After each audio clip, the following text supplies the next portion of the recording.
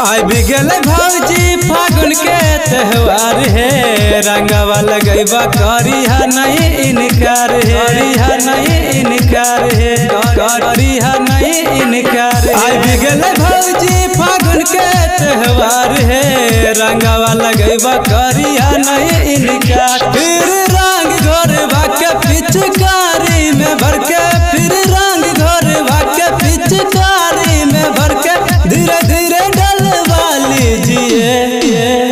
और फागुन में फगुआ मना लीजिए, चंद्रवंशी जी से रंग डलवा लीजिए। और फागुन में फगुआ मना लीजिए, चंद्रवंशी जी से रंग डलवा लीजिए।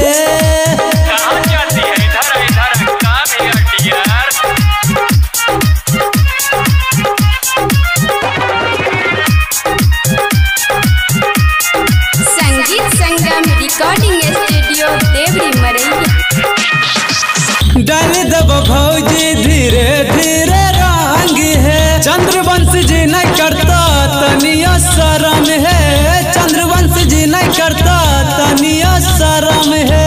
डाल दब भौजी धीरे धीरे रंग है, चंद्रवंशी जी नहीं करता तनिया शरम। भौजी आब हमरा संग है लगाई देब रंग, भौजी आब हमरा संग है लगाई देब रंग, धीरे धीरे डलवा लीजिए। अरे फागुन में फगुआ मना लीजिए, चंद्रवंशी जी से रंग डलवा लीजिए।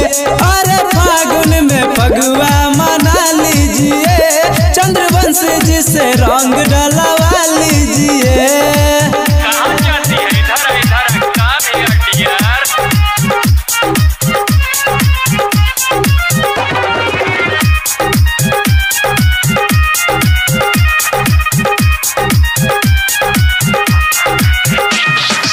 निरालय अभिषेक के बात न मानी, रंगवा लगैबा है त नहीं परेशानी, रंगवा लगैबा है त नहीं परेशानी। निरालय अभिषेक के बात न मानी, रंगवा लगैबा है त नहीं परेशानी। सुनो भौजी हमर गाना कर हमारा नहीं माना, सुनो भौजी हमर गाना कर हमारा नहीं माना, धीरे धीरे लगवा लीजिए।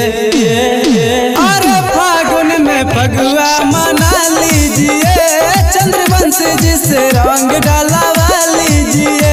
अरे फागुन में फगुआ मना लीजिए, चंद्रवंशी जी से रंग डलवा लीजिए। आई भी गल भौजी फागुन के त्योहार है, रंगवा लगैबा करिहा नहीं इनकार है, नहीं इनकार है, करिहा नहीं इनकार है। आई भी गल भौजी फागुन के त्योहार है, रंगवा लगैबा करिहा नहीं इनकार। फिर रंग घोरवा के पिचकारी में भर के, फिर रंग घोरवा के पिचकारी में भर के धीरे धीरे डलवा लीजिए।